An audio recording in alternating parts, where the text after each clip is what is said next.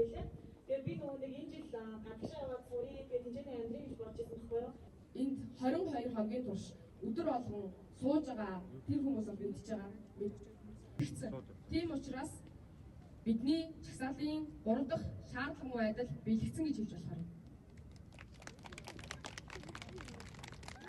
Гэхдээ тэмцэл дуусаагүй ёс зүйн хариуцлагуудээс одоо улс төрийн хариуцлага хүлээд Give me motherfucking justice гэж байдаг дуучин ирсэнгүй. Энд хэн ирсэн? Ямар артист Муу адил Эйштрансын Чуках өгсөн байгаа.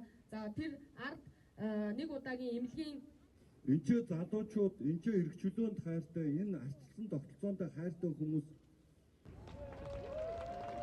ковидын үед хүч барьсан, ковидын үед хүний эрхийг хязгаарласан, ковидын үед бусдыг хязгаарласан.